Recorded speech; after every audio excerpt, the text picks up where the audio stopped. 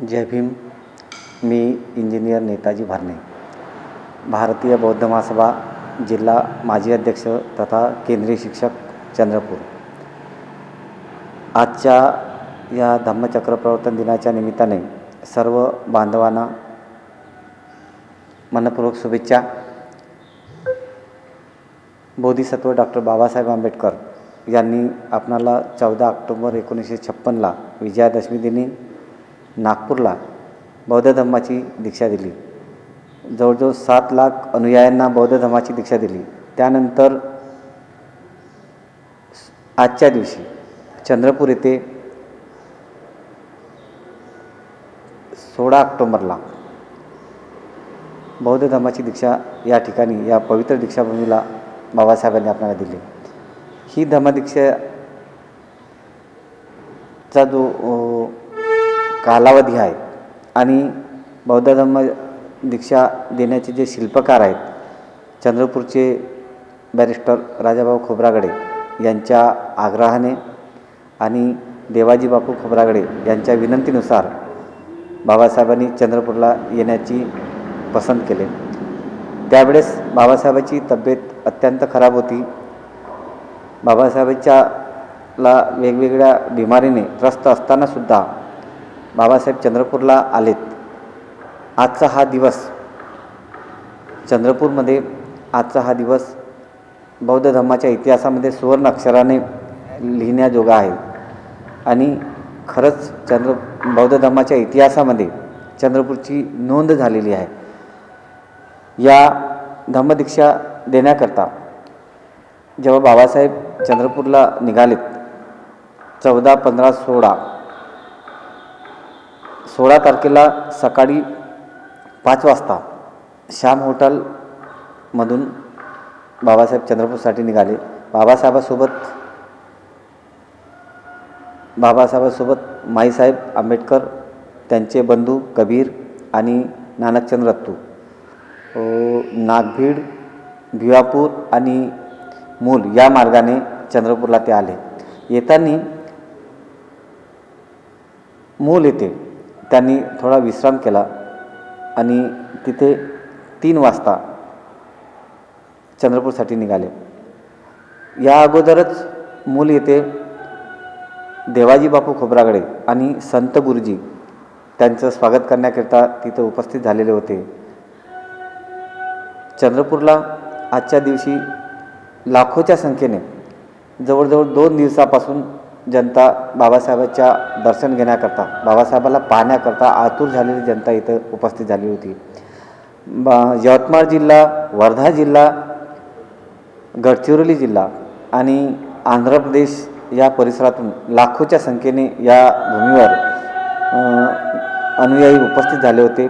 जवळजवळ 2 दिवसाच्या भाकरी बांधून ते या ठिकाणी आलेले होते. बाबासाहेबांचा विजय असो अशा घोषणा देत होते आणि आपल्या बापाला, आपल्या उद्धारकर्त्याला पाहण्यासाठी ही जनता आतुर झालेली होती. बाबासाहेब 3 वाजता चंद्रपूरच्या सर्किट हाऊस येथे आले आणि 3 वाजता आल्यानंतर इथे हजारो समता सैनिक दल, चंद्रपूरचं समता सैनिक दल बाबासाहेबांच्या वाट पाहत होतं आणि आल्यानंतर त्या ठिकाणी बाबासाहेबाला समता सैनिक दलाची मानवंदना झाली आणि मानवंदना झाल्यानंतर बाबासाहेब नी थोडासा त्या ठिकाणी आराम केला आणि जवळजवळ 6:30 वाजता बाबासाहेब दीक्षाभूमीच्या कडे निघाले. दीक्षाभूमीवर 2 मजली मंच उभा केलेला होता. त्या ठिकाणी मोठ्या टेबलवर भगवान गौतम बुद्धांची मूर्ती ठेवलेली होती आणि धम्मदीक्षेची संपूर्ण तयारी लाखोच्या संख्येने या ठिकाणी करण्यात आलेली होती. बाबासाहेब मंचावर आलेत आणि आल्यानंतर बाबासाहेबांची तब्येत खरंच खूप खराब होती आणि बाबासाहेबांनी त्रिशरण पंचशील देऊन धम्मदीक्षा दिली. 22 प्रतिज्ञा कोणाकडून वाचून घेतल्या, इतर लोकांकडून वाचून घेतल्या आणि बाबासाहेबांनी तिथे धम्मदीक्षेचा कार्यक्रम आटोपला. सर्व उपस्थित जनसमुदाय यांना बाबासाहेबांनी आम्हाला मार्गदर्शन करावे अशी इच्छा होती, परंतु बाबासाहेबांची तब्येत अत्यंत खराब असल्यामुळे बाबासाहेब त्या ठिकाणी मार्गदर्शन करू शकलेले नाही. परंतु त्यानंतर तो 16 तारखेचा जो दिवस होता, 16 तारखेचा बाबासाहेबांचा चंद्रपूरला मुक्काम होता सर्किट हाऊस येथे. आणि 17 तारीख दिवस उजाडला. 17 तारीख ज्या ठिकाणी बाबासाहेब थांबले होते त्या ठिकाणी हजारोच्या संख्येने अनुयायी तिथे उपस्थित झाले होते. आणि हे अनुयायी बाबासाहेबाला पाहण्याकरता, बाबासाहेबांचं वंदन घेण्याकरता तिथे उपस्थित झालेले होते. बाबासाहेब वरांड्यात खुर्ची टाकून बसलेत आणि त्या ठिकाणी सगळ्यांच्या इच्छेनुसार बाबासाहेबांनी आमच्यासोबत बोलावं, आमच्यासोबत संवाद करावा अशी ही सर्वांची इच्छा होती. आणि त्या ठिकाणी बाबासाहेबांनी एक संदेश दिला. बाबासाहेबांच्याच भाषेत तो संदेश मी आपल्यासोबत शेअर करू इच्छितो. तुमच्याकरिता मी जे करू शकत होतो ते मी करून ठेवले आहे. बाबासाहेब म्हणतात समाजाला, तुमच्याकरिता मी जे करू शकत होतो ते करून ठेवले आहे. आता पूर्वीचे जगणे सोडून द्या. हा समाज, ज्या समाजाला बाबासाहेबांनी बौद्ध धर्माची दीक्षा दिली, तो समाज कुठेतरी गावकुसाबाहेर होता, राहायला घर नव्हते, अंगावर कपडा नव्हता. गावकुसाबाहेरच्या या दलित समाजाला, अस्पृश्य समाजाला बाबासाहेब बौद्ध धर्माची दीक्षा देतात. आणि बाबासाहेब कडकडीने सांगतात की आता पूर्वीचे जगणे सोडून द्या. आपल्या मुलामुलींना खूप शिकवा. आपल्या दरिद्रपणाचे प्रदर्शन करू नका.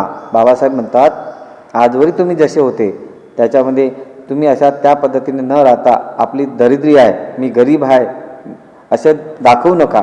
नीटनेटके राहा, स्वच्छ राहा. आपले फाटके कपडे पुढे असल्यास ते स्वच्छ ठेवा, धुवून ठेवा, धुतल्यानंतर घाला. आणि बाबासाहेब म्हणतात की आता तुम्ही बौद्ध धर्माची दीक्षा घेतलेली आहेत. बाबासाहेब म्हणतात की आता तुम्ही बौद्ध झालेले आहात, त्यामुळे याचे सक्तीने पालन करा. बौद्ध धम्माचे आचरण करा. बौद्ध धम्म हा आचरणात आणायचा असतो. आणि तुम्हाला जर आपलं पिढ्याचं अस्पृश्यपणा जर घालवायचे असेल तर आता हे सर्व तुम्ही याच्यातून बाहेर निघले पाहिजे. मी बुद्ध आणि धम्म हा ग्रंथ तयार केलेला आहे. बाबासाहेब सांगतात की या धम्मदीक्षेसोबतच मी तुम्हाला हा जो ग्रंथ देत आहेत त्याचे नियमित वाचन करा. तो तुम्हाला मार्गदर्शन करेल. आपल्या गाव वस्तीत बौद्ध विहार तयार करून त्यात दर रविवारी एकत्र या. बाबासाहेबांनी आपल्याला संदेश दिला आहे की आपण गावागावात बौद्ध विहार बांधले पाहिजे आणि आपण त्या ठिकाणी एकत्रित आलं पाहिजे, संघटन केलं पाहिजे असे बाबासाहेब आवाहन करतात. आणि बाबासाहेब त्या ठिकाणी जे बांधव उपस्थित होते त्यांना हे मार्गदर्शन करतात. यानंतर 10-10:30च्या दरम्यान देवाजी बापू खोब्रागडे यांच्या घरी बाबासाहेब येतात. इंदिराबाई देवाजी बापूंची पत्नी माईसाहेबांना साडी चोळी देतात आणि त्यांचा सत्कार करतो. आणि अशी ही चंद्रपूर नगरी, या चंद्रपूर नगरीमध्ये बाबासाहेबांच्या पदस्पर्शाने पावन झालेली ही दीक्षाभूमी आहे. या ठिकाणी दरवर्षी 15 आणि 16 तारखेला लाखोच्या संख्येने हा जनसमुदाय उपस्थित येतो. ही भूमी ही क्रांतिकारी भूमी आहे. या भूमीवरून एक चळवळ, आंबेडकरी चळवळ, सन्मानाची चळवळ इथं निर्माण झालेली आहे. इथचा युवक हा क्रांतिकारी युवक आहे आणि इथं कोणतेही आंबेडकर चळवळीचं कार्य हे मोठ्या जोमाने केले जाते. बाबासाहेबांची चळवळ चालवीत सुरू असताना इथे भारतीय बौद्ध महासभा बाबासाहेबांनी स्थापन केलेली ही जी संस्था आहे, या संस्थेचं कार्यसुद्धा इथं फार मोक्याचं, म्हणजे एक चांगलं वेगानं कार्य सुरू आहे. आणि हे भारतीय बौद्ध महासभेचं कार्य बौद्ध धर्माचा प्रचार आणि प्रसार करत असताना फार मोलाची भूमिका बजावत असते. भारतीय बौद्ध महासभेच्या माध्यमातून चंद्रपूर जिल्ह्यामध्ये 24 प्रकारचे शिबिर राबविले जातात. यामध्ये महत्त्वाचं शिबिर एक श्रामणेर शिबिर आहे, जे आपण चंद्रपूरच्या या पवित्र दीक्षाभूमीवरून आत्ताच 2023ला 19 फरवरी 2023ला या ठिकाणी या पवित्र दीक्षाभूमीवर आपण श्रामणेर शिबिर राबवलं आणि या श्रामणेर शिबिरामध्ये इथून आपण धम्मप्रचारक घडविले आणि या शिबिराचा समारोप धम्मपरिषद आणि धम्मदीक्षेचा कार्यक्रम आपण या ठिकाणी घेण्यात आला। या ठिकाणी बाबासाहेबांचे नातू आदरणीय भीमराव यशवंत आंबेडकर साहेब हे चंद्रपूरला आले आणि या ठिकाणी आपण धम्मदीक्षेचा कार्यक्रम घेऊन या दीक्षाभूमीवरच, या पवित्र दीक्षाभूमीवर आपण तो समाजाला पुन्हा संदेश दिला। संस्थेच्या वतीने महिला धम्म उपासिका शिबिर राबविले जातात। हजारो महिलांना धम्माचं प्रशिक्षण दिलं जातो आणि या धम्म प्रशिक्षणात देऊन त्या धम्माचा प्रचार करतात आणि जिथे आपण एक समाजामध्ये म्हण आहे, जिच्या घरी धम्माची शिजोरी ती जगाची उधारी, तर जिच्या हाती पाळण्याची दोरी ती जगाची उधारी, ही जी म्हण होती त्याला थोडंसं चेंज केलं, जिच्या हाती धम्माची तिजोरी ती जगाची उधारी। म्हणजे आज खऱ्या अर्थाने जर धम्म जिवंत ठेवण्याचे जर काम कोणी केलं असेल तर आमच्या धम्मभगिनी केलं आहे। आणि ही जी धम्मभगिनी की जी खऱ्या अर्थाने आज भारतीय बौद्ध महासभेच्या माध्यमातून बाबासाहेबांनी दिलेला हा जो विज्ञानवादी धम्म आहे हा घराघरात पोहोचवण्याचे कार्य करत आहेत। आज हजारो महिला प्रशिक्षित होत आहे आणि ह्या प्रशिक्षित होण्याचं जे श्रेय आहे बाबासाहेबांच्या या धम्मसंस्थेला, या मातृसंस्थेला जातो। आज या पवित्र दिनी भारतीय बौद्ध महासभेच्या वतीने मी आपणा सर्वांना धम्मचक्र प्रवर्तन दिनाच्या हार्दिक शुभेच्छा देतो आणि इथेच थांबतो। जय भीम, जय भारत, जय बुद्ध। यासोबतच पुन्हा एक महत्त्वाची सूचना किंवा महत्त्वाची आपल्याला सांगू इच्छितो की महाबोधी महाविहार मागील जवळजवळ 130-35 वर्षापासून महाबोधी महाविहाराचा लढा सुरू आहे आणि हा लढा या पवित्र भूमीमध्ये एक मोठ्या जोमाने वेग घेत आहे।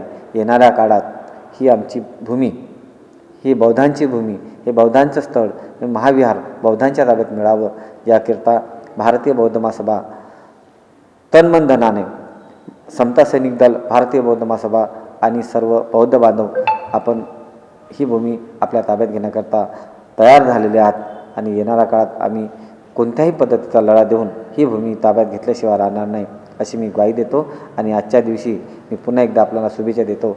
थांबतो। जय भीम, जय संविधान, जय भारत।